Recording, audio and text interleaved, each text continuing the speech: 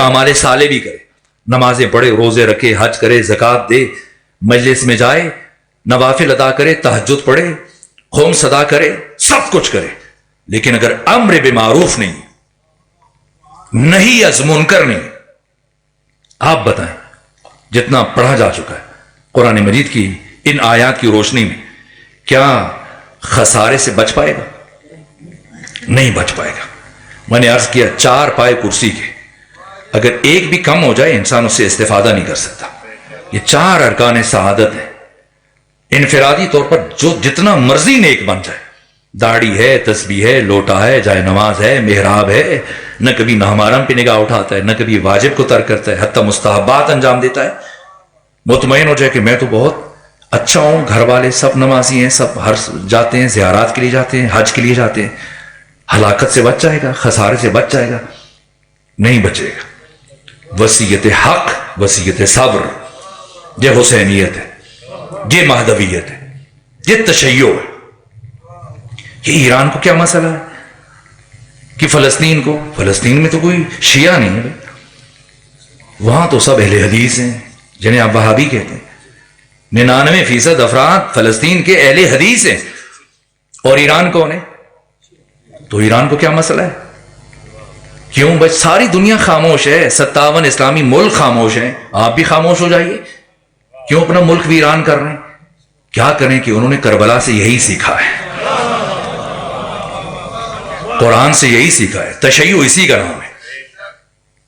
یہ جو میں نے آپ کی خدمت میں کبھی عرض کیا تھا، تشیع فرقہ نہیں ہے، تشیع اسلام کی نوعیت کا نام ہے، تشیع اسلام کا محافظ ادارہ ہے، تشیع اسلام کا ہراول دستہ ہے، تشیع مسلک سے بالاتر، فرقوں سے بالاتر، خود فرقہ نہیں ہے، نہ کبھی کسی فرقے کی حصہ بنتا ہے، نہ، تشیع اسلام اور مسلمین کا محافظ ادارہ ہے۔ تشیع ایک نہضت ہے، موومنٹ ہے، ایک تحریک ہے۔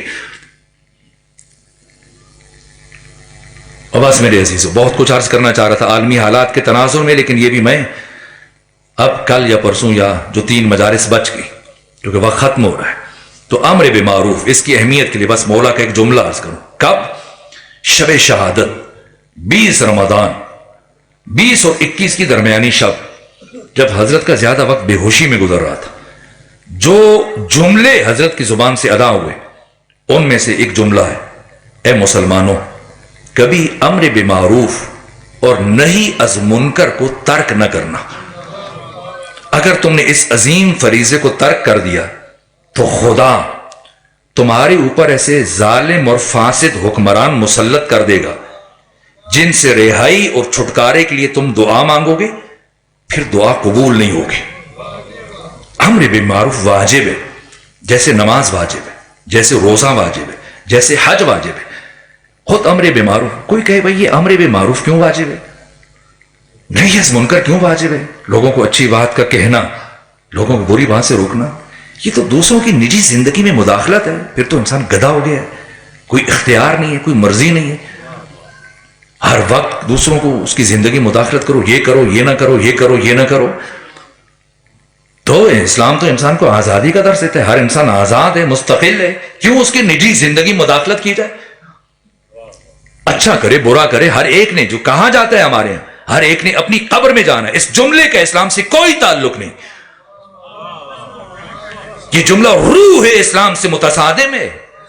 ہر ایک نے اپنی قبر میں جانا ہے، ہر ایک نے اپنی قبر میں جانا ہے، لیکن ہر ایک سے دوسرے سے متعلق پوچھا جائے گا تم نے اس کے لیے کیا کیا ہے۔ عجیب ہے، اتنے واقعات ہیں، اتنے واقعات ہیں، لیکن شرمندہ ہو چکے، وقت ختم ہو، ورنہ پیغمبر کی زندگی سے اور خود امام حسین کی زندگی سے وہ جملے عرض کرتا، وہ واقعات عرض کرتا، ایک شخص کو بچانے کے لیے۔ حسین ابن علی، انسان سوچ سکتا ہے شہادت سے کچھ لمحے پہلے، جناب علی اصغر کی شہادت سے کے بعد، اپنی شہادت سے پہلے خیمے کے دروازے پر بیٹھے زار زار رو رہے ہیں، گریہ کر رہے ہیں۔ اس ثانی ہزارہ بڑی، پوچھا بھیا حسین کیوں رو رہے ہیں؟ عباس کو یاد کر کے؟ فرمایا نہیں بہن زینب۔ کہا علی اکبر کو یاد کر کے؟ فرمایا نہیں۔ کہا علی اصغر کو یاد کر کے؟ فرمایا نہیں بہن۔ پوچھا کیوں رو رہے ہیں؟ سنیں یہ حسین ہے، اور حسین کے علاوہ کون یہ جملہ کہہ سکتا ہے؟ دشمن کے لشکر کی طرف اشارہ کیا، یہ حسین۔ فرمایا، یہ تمام اہل مقتل، اہل سیرت اور اہل تاریخ نے لکھا، اب کی علی ہؤلاء الذین سیدخلون النار بسببی، بہن زینب میں دشمنوں کی وجہ سے رو رہا ہوں جو عنقریب میری وجہ سے ہمیشہ کے لیے جہنمی بن جائیں گے۔ حق تعالی کی لامحدود رحمت کی تجلی کا مظہر جو دشمن کے جہنمی ہونے پہ گریہ کرے، اسے حسین کہتے ہیں۔ تو حسینی کون ہے اور حسینی کا فریضہ کیا ہے؟ تو جو میں عرض کر رہا تھا وہ بات رہ جائے گی کہ نجی زندگی مداخلت نہیں، ایسا نہیں، ایسا نہیں۔ آپ تو عام طور پہ گاڑیوں میں سفر کرتے ہیں، اور جو زیارات کے لیے دوسرے ملکوں میں جاتے ہیں یہاں سے وہ ہوائی جہاز کا سفر کرتے ہیں، لیکن ممکن آپ میں سے اگر کسی نے بحری جہاز کا سفر کیا ہو، کم سے کم دیکھا ہوگا، اس میں ہر مسافر کا اپنا الگ ایک کیبن ہے جہاں وہ لیٹتا ہے، سوتا ہے، آرام کرتا ہے۔ اگر کوئی بحری جہاز میں اپنے کیبن میں سوراخ کرنا شروع کر دے تو اگر کوئی دوسرا روکنے کے لیے آئے تو وہ کہے بھائی تمہیں کیا مسئلہ ہے، میں تو اپنے کیبن میں سوراخ کر رہا ہوں، تو دوسروں سے روکے گا؟ نہیں روکے گا۔ کیوں روکے گا؟ کہ بھائی ٹھیک یہ تمہارا کیبن ہے لیکن ہم بھی ڈوبیں گے۔ کیوں امر بالمعروف واجب ہے، کیوں نہی از منکر واجب ہے؟ اس لیے کہ معاشرے میں اگر ایک فرد گناہ کا ارتکاب کر رہا ہے، شراب پی رہا ہے، کسی بھی برائی بے حیائی کا ارتکاب کر رہا ہے، اس کا ضرر اس کی ذات تک محدود نہیں رہے گا، سارا معاشرہ متاثر ہوگا۔ اس لیے امر بالمعروف واجب ہے، اس لیے نہی از منکر واجب ہے۔ لیکن یہ بات رہ جائے گی، اس لیے اگرچہ تاخیر ہو رہی لیکن یہ جملہ عرض کر دوں، امر بالمعروف واجب ہے، نہی از منکر واجب ہے، لیکن اس کے لیے ذوق چاہیے، اس کے لیے سلیقہ چاہیے، اس کے لیے علم چاہیے، اس کے لیے معرفت چاہیے۔ بد ذوق، کج ذوق، بد سلیقہ، کم علم، بے معرفت، وہ امر بالمعروف نہیں کر سکتا، وہ نہی از منکر نہیں کر سکتا۔ اس لیے شہید مرتضیٰ مطہری نے کہا کہ دین کو امر بالمعروف کے نام پر جتنا نقصان دیا گیا، ایسا نہیں جو منہ اٹھائے، کندھے بستر اٹھائے، لوٹا اٹھائے، چل پڑے، آئے آپ کو دین کی باتیں بتاؤں، اتنا آسان نہیں ہے، سلیقہ چاہیے۔ اگر کوئی سلیقہ سیکھنا چاہتے کہ امر بالمعروف کیسے کیا جاتا ہے، نہی از منکر کیسے کیا جاتا ہے، امام حسن، امام حسین دونوں بھائی مسجد نبوی میں داخل ہوئے، اور جیسے ہی داخل ہوئے دیکھا کہ ایک بزرگ بوڑھا صحابی وضو کر رہا ہے لیکن غلط کر رہا ہے، تو امام حسن نے امام حسین کی طرف دیکھا اور چھوٹے بھائی نے بڑے بھائی کی طرف دیکھا، کچھ زبان سے نہیں کہا، مشیت الہیہ کے مظہر۔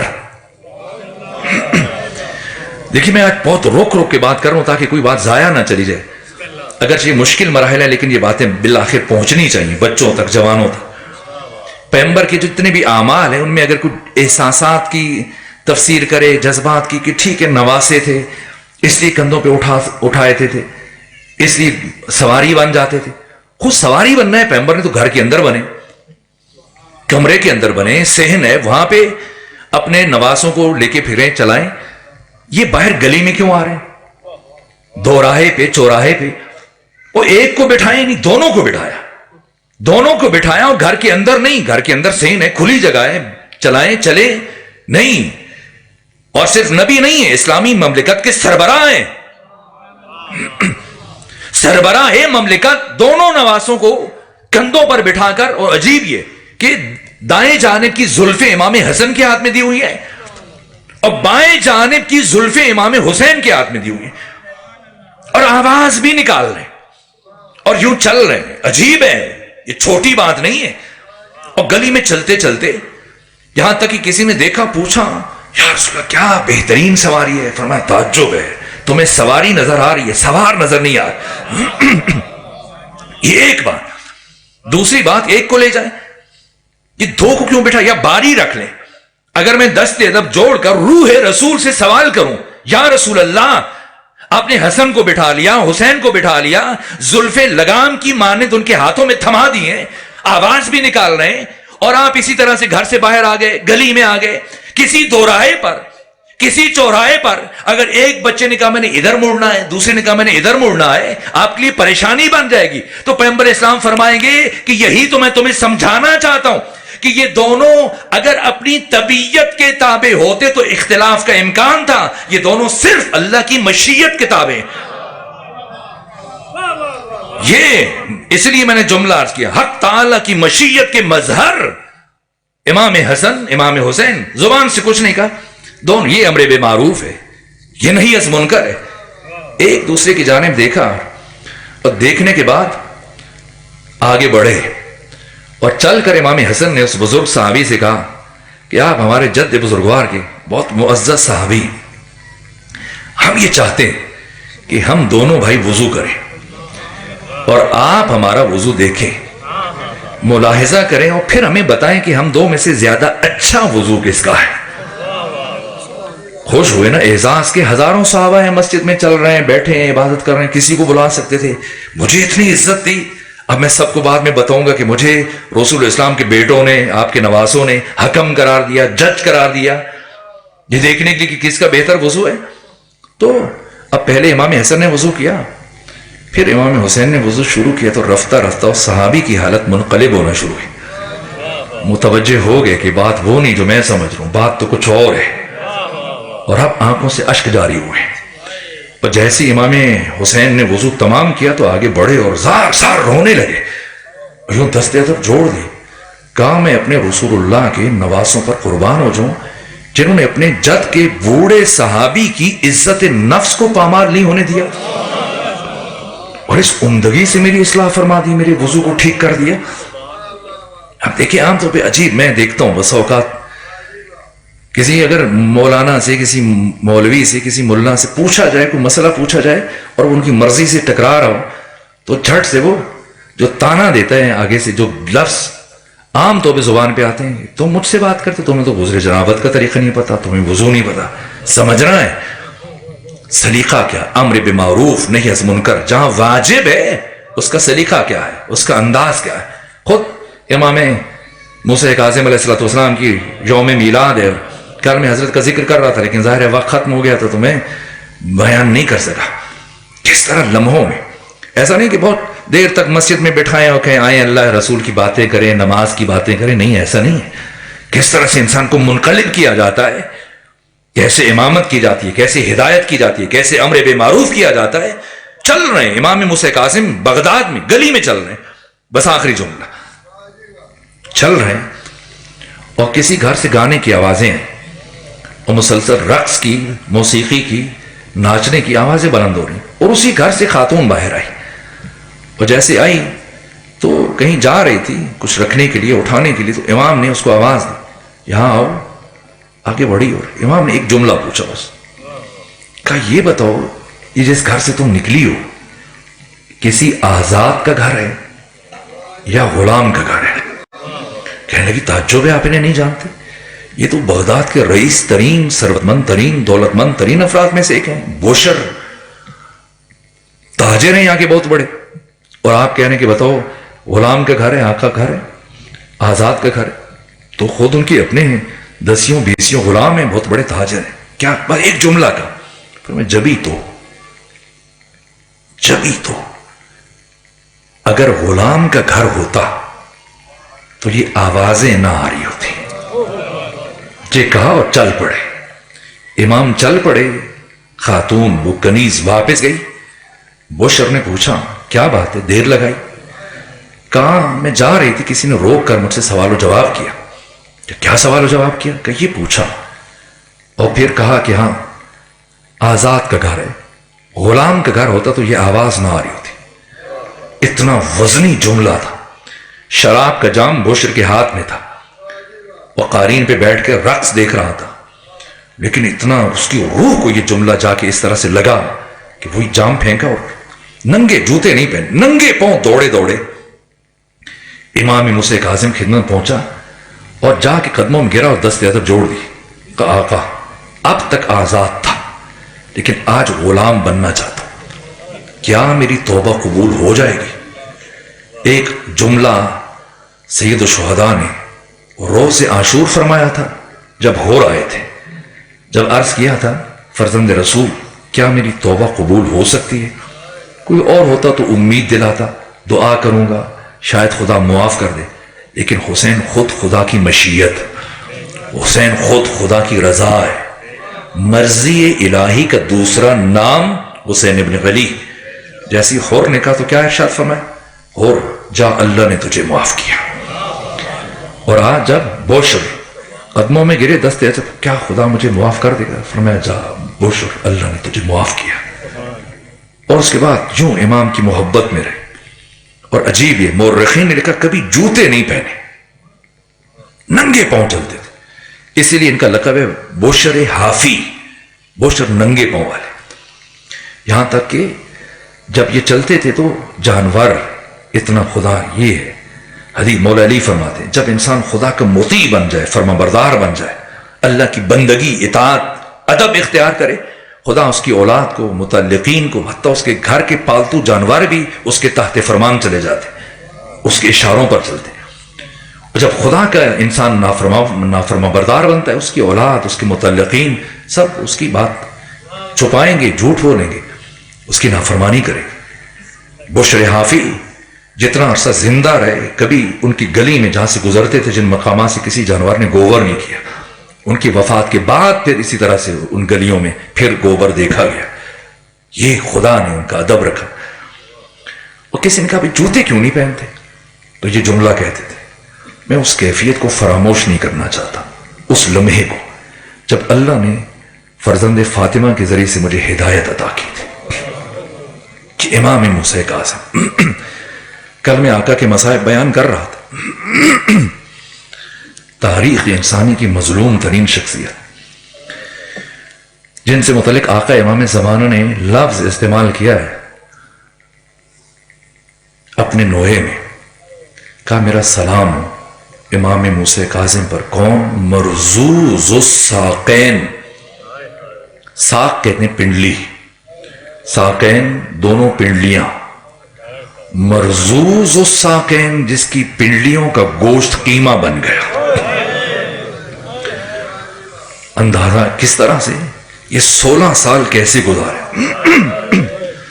پھر جو جملہ جو نوحہ بڑا امام نے زیارت کے الفاظ ہیں، میرا سلام اس قیدی پر جس نے اپنی زندگی کے کئی سال حالت رکوع میں گزار دی، کبھی سیدھے کھڑے نہ ہو سکے، مشکل ترین قید، اس کے باوجود تاریخ انسانی کی مظلوم ترین شخصیات میں سے امام موسیٰ کاظم، اتنی مشکل قید، حتیٰ جب زہر مل چکا تب بھی اپنی کسی مصیبت کو یاد نہیں کیا، تب بھی پانی کی بات نہیں کی، اپنے لیے کچھ نہیں کہا۔ اس لمحے بھی آپ کی زبان سے ہائے دادی زینب۔ داروغہ زندان نے بڑھ کے امام سے پوچھا، سوال کیا، فرزند رسول کیا وجہ ہے؟ آپ 16 سال زندان میں رہے، ان 16 سالوں میں کبھی اپنی مصیبت پر گریہ نہیں کیا، جب بھی روئے یہی کہا ہائے دادی زینب، ہائے آقا زادی سکینہ۔ کیا فرمایا؟ کہا داروغہ تو اس بات کو نہیں سمجھ پائے گا، داروغہ روتا اس لیے ہوں جب محمد کی بیٹیاں، علی کی بیٹیاں شام شہر میں داخل ہوئیں 28 محرم کو، تو اس وقت مغرب کی آذانیں ہو رہی تھی، اور 3 دن مسلسل محمد کی بیٹیوں کو، علی کی بیٹیوں کو یہاں شام شہر کے دروازے پر بٹھایا گیا، 15 آذانیں سنی، 3 مرتبہ سورج کو طلوع ہوتے ہوئے دیکھا، 3 مرتبہ سورج کو غروب ہوتے ہوئے دیکھا، روک کر انتظار کروایا گیا تاکہ بازار پوری طرح سے سجائے جا سکے۔ مجھ سے کہا گیا مصائب زیادہ پڑھیں، اگرچہ وقت زیادہ گزر گیا لیکن کچھ جملے کہوں گا، شاید آج 1-2 جملے ایسے کہہ دوں جو قابل برداشت نہ ہو، لیکن مجھے معاف رکھیے گا۔ بالآخر یہ حقائق منتقل ہونے چاہیے کہ ایسا سفر ہے، 3 دن شام شہر کے دروازے پر بٹھایا گیا، اس کے بعد ان بیویوں کو، بچوں کو گزارا گیا۔ کہاں سے گزارا گیا؟ یہودیوں کے محلے سے گزارا گیا، عیسائیوں کے محلے سے گزارا گیا۔ اور جب یہودیوں کے محلے سے گزارا گیا تو اہل یہود کو یہ کہا گیا کہ تم میں سے جس نے علی سے خیبر کا بدلہ لینا ہے وہ علی کی بیٹیوں سے، علی کے بچوں سے خیبر کا بدلہ لے. اور عرض کروں اور کس جگہ سے گزارا گیا؟ یہودیوں اور عیسائیوں کے علاوہ کس مقام سے؟ اگر تحمل کریں یہ چیزیں میں چھوڑ دیتا تھا، لیکن چاہتا ہوں کہ اب تاریخ منتقل ہو جائے. آگے آگے کہاں سے گزارا گیا؟ جہاں پر عورتوں کی، غلاموں کی خرید و فروخت ہوتی تھی، بوردہ فروشوں کے محلے سے گزارا گیا. برداشت کریں گے؟ آگے آگے کون چل رہا تھا؟ آگے آگے طوائفیں چل رہی تھی، ڈھول پیٹے جا رہے تھے، رقص کرنے والی عورتیں آگے آگے تھی. ایسا شور تھا. 2 جملے میں کہتا تھا، ایک جملہ چھوڑ دیتا تھا، لیکن آج وہ بھی اشارہ کروں گا. سخت ہے لیکن تاریخ منتقل ہونی چاہیے. ایک مرحلہ ہے جو میں نے کئی مرتبہ عرض کیا. ایک تو جہاں جس گلی سے گزر رہے تھے گرم کھولتا ہوا پانی چھتوں سے پھینکا جا رہا تھا. دوسرا، بنو امیہ کی طرف سے، حکومت کی طرف سے پتھر تقسیم کیے گئے. ایسے نوکدار پتھر کے جہاں سے گزرتے تھے اوپر سے یہ پتھر مارے جاتے تھے، اور بیویاں لہو لہان ہو گئی. کتنا زخمی ہوئیں بیویاں، بچے. 11 صحابہ کرام ہیں جن کا تعلق شام سے. ایک شخصیت صحابی رسول جن کا نام ہے سہل ابن سعد الساعدی، جب یہ آئے اس مقام پر کھڑے ہو کر رک کر دیواروں کو دیکھنے لگ گئے. پوچھنے لگے، اہل شام کیا اب تم جانوروں کو گلیوں میں ذبح کرتے ہو؟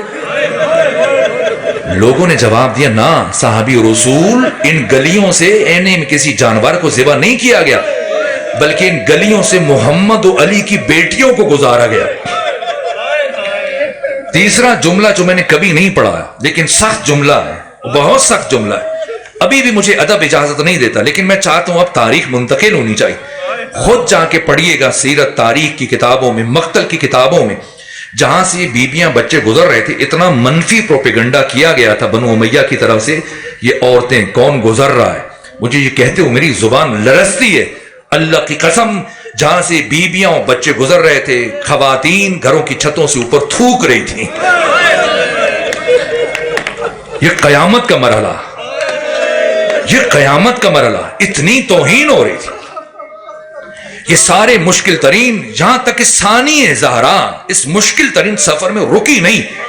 اتنے پتھر مارے گئے، چلنا مشکل ہو گیا. اور میں نے پڑھا ہے صاحب ریاض القدس نے لکھا، بی بی کوہنیوں کے بل چلی، اس کے باوجود رکی نہیں، چلتی رہی، بڑھتی گئی. بس آج 2 جملے عرض کروں گا. یہاں تک کہ ایک مرحلہ تھا جہاں پہنچ کر بی بی رکی. یہ کون سا مرحلہ ہے؟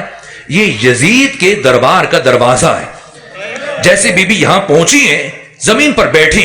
یہاں 2 واقعے میں ایک عرض کر رہا ہوں کہ امام سجاد آگے بڑھے، پھوپھی اماں گھبرا گئی ہیں، پریشان ہیں.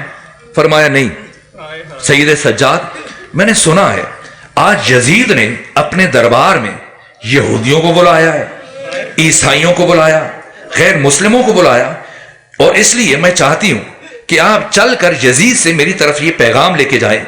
یزید سے کہیں کہ چونکہ تو نے اپنے دربار میں یہودیوں کو بلایا، عیسائیوں کو، غیر مسلموں کو، ہم محمد مصطفیٰ کی بیٹیاں ہیں، تو جتنی دیر تو نے ہمیں اپنے دربار میں روکنا ہے، بس اتنی دیر کے لیے ہمیں چادریں دے دو. ہم وعدہ کرتے ہیں جیسے ہی تمہارا دربار چھوڑیں گے یہ چادریں تمہیں واپس کر دیں گے. امام سجاد یہ سن کر دربار میں داخل ہوئے، یزید سے گفتگو کیے. کیا جواب دیا یزید نے؟ کہا، اے علی بن حسین، چل کر اپنی پھوپھی کو میرا پیغام دے. یزید سے کہہ رہا ہے کہ ایک لمحے کے لیے بھی چادریں نہیں دی جائیں گی. جیسے ہی یزید کا یہ پیغام آیا، ایک مرتبہ ثانی زہرا کے چہرے پر جلال آیا. جتنی بیبیاں بیٹھی تھی ایک ایک بیبی کا نام لیا. کہا فضا، ام فروا، ام لیلا، ام رباب، سکینہ، سب ہاتھ اٹھاؤ، میں یزید کے خلاف بد دعا کروں گی، آپ سب آمین کہنا. ساری بیبیوں نے ہاتھ اٹھائے. ادھر ثانی زہرا کے ہاتھ اٹھے. اس سے پہلے کہ لبھائے زینبی میں جنبش پیدا ہو، امام سجاد تڑپ گئے، آگے بڑھے. کہا پھوپھی اماں، میں آپ کو بد دعا سے نہیں روکتا، بد دعا کرنا آپ کا حق ہے، لیکن بد دعا کرنے سے پہلے ایک مرتبہ اپنے بھیا حسین کے کٹے ہوئے سر کی طرف دیکھیے. اب جو ثانی زہرا نے نگاہ اٹھا کر بھیا حسین کے کٹے ہوئے سر کی جانب دیکھا تو آنکھوں سے اشک جاری تھے. گویا حسین یہ فرما رہے تھے بہن زینب میری محنت ضائع ہو جائے گی. اب ثانی زہرا اٹھی اور یہ کہتی اٹھی کہ بھیا حسین تیری محبت میں یہ بہن یہ مرحلہ بھی عبور کرے گی. ایک روایت جو بڑی اہم روایت ہے لیکن میں وقت کی کمی کے باعث چھوڑ رہا ہوں, بس ایک جملہ اور عرض کروں گا. دربار میں پہنچی ہے یہ قیامت کا مرحلہ, یہ اتنا مشکل مرحلہ ہے جس مشکل مرحلے کے لیے مولا متقیان نے خود ثانی زہرا سے وعدہ کیا تھا کہ میں آؤں گا. کیوں وعدہ کیا تھا علی جانتے ہیں, خود شہادت حسین کے موقع پر یہ وعدہ نہیں کیا, علی اکبر کی شہادت کے موقع پر یہ وعدہ نہیں کیا. اس مرحلے کے لیے مولا علی نے یہ وعدہ کیا تھا کہ میں آؤں گا. میں ساری روایت چھوڑ دی, بس ایک جملہ آپ کو ساتھ لے کے جاؤں گا. کیوں؟ علی جانتے تھے میری بیٹی مبادہ یزید کے دربار میں پہنچ کر کہیں مر نہ جائے. کتنا مشکل ہے ثانی زہرا کا یزید جیسے شرابی کے دربار میں ننگے سر بازار میں جانا, دربار میں جانا. جو اندازہ کرنا چاہے, وقت ختم ہوا, میں شرمندہ ہوں, میں کوشش کروں گا کل سے گفتگو وقت کے اندر تمام ہو جائے, لیکن آخری جملہ سن لیجئے. کتنا مشکل ہے ثانی زہرا کے لیے. وہ وقت یاد ہے جس مرحلے میں سیدہ زہرا کی شہادت ہوئی تھی. غسل و کفن کے بعد مولا متقیان نے پہلے مرحلے میں امام حسن کو بلایا تھا اور کیا فرمایا, آئے ماں کی آخری مرتبہ زیارت کر لیں. اور پھر امام حسین کو, اور پھر جناب فضہ سے کیا کہا, جائیں میری بیٹی زینب سے کہیں ہم فاطمہ زہرا کو دفنانے کے لیے لے کے جا رہے ہیں, آ کر آخری مرتبہ اپنی ماں فاطمہ زہرا کے چہرے کی زیارت کر لیں. کیا جواب دیا تھا ثانی زہرا نے؟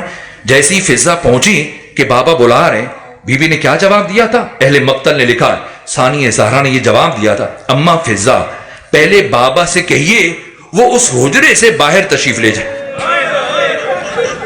وہ اس حجرے سے باہر تشریف لے جائے.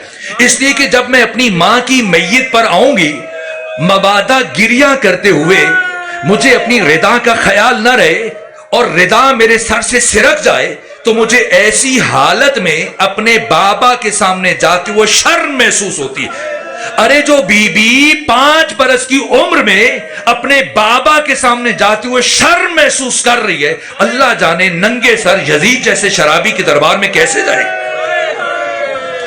یہ قیامت کا مرحلہ, یہ قیامت کا مرحلہ. اس کے بعد کے مراحل میں عرض کروں گا لیکن بس ایک جملہ وقت دعا ہے اور وہ قیامت کا مرحلہ تھا. اللہ نہ کرے کوئی بہن اپنے بھائی کا وہ حال دیکھے جو ثانی زہرا نے. میں نے ہاتھ اٹھا لیے دعا کے لیے لیکن ایک جملہ جی چاہ رہا ہے کہ کہوں. بانی مجلس نے کہا مصائب زیادہ پڑے, گرچہ سکت نہیں رہی لیکن پھر بھی ایک جملہ اور کہتا ہوں. کیا قیامت کا مرحلہ ہے. یہاں تک کہ بی بی جب دربار میں پہنچی, وہ سر جو تشت میں رکھا ہوا ہے, یزید کے ہاتھ میں خیزران کی چھڑی ہے, بانس کی چھڑی ہے. میں باقی گستاخیوں کو بیان نہیں کروں گا لیکن وہ امام کے لبوں پر مارتا ہے. جب لبوں پر مارتا ہے سر حسین کبھی دائیں گر جاتا ہے کبھی بائیں گر جاتا ہے. یہاں تک کہ ایک مرتبہ یزید چلایا.